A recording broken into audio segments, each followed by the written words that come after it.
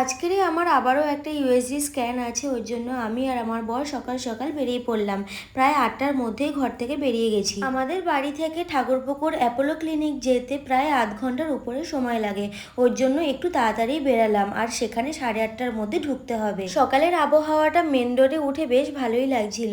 যাই হোক, আমরা 8:30টার মধ্যে অ্যাপোলো ক্লিনিকে পৌঁছে গেছি। যেহেতু অনেক সকালে বেরিয়েছি তাই একটুও কিছু খাওয়ার টাইম হয়নি, ওর জন্য রাস্তা থেকে চিপস আর বিস্কুট কিনে নিলাম। তোমাদেরকে বলতেই ভুলে গেছি, মাসির ছেলে এই অ্যাপোলো ক্লিনিকে কাজ করে, ওর থ্রুতেই আজকে আমরা এখানে টেস্ট করতে এসেছি। কাগজপত্র সব সাবমিট করার পরে আমি আর আমার বর অনেকক্ষণ ধরে বসেছিলাম, প্রায় 1 ঘন্টার কাছাকাছি। শেষমেশ আমার ইউএসজি টেস্টটা হলো। ওখান থেকে বেড়াতে বেড়াতে 10:30টার কাছাকাছি বেজে গিয়েছিল। তারপরে আমার বরের এত জোরে খিদে পেয়েছিল যে রাস্তায় ঘুগনি আর পরোটা খেয়ে নিলাম। খাওয়া দাওয়া শেষ করে আমরা বাড়ির দিকে রওনা দিলাম। আর দেখো, রাস্তা থেকে আমাদের গ্রামের ভিউটা কত সুন্দর দেখতে লাগছে।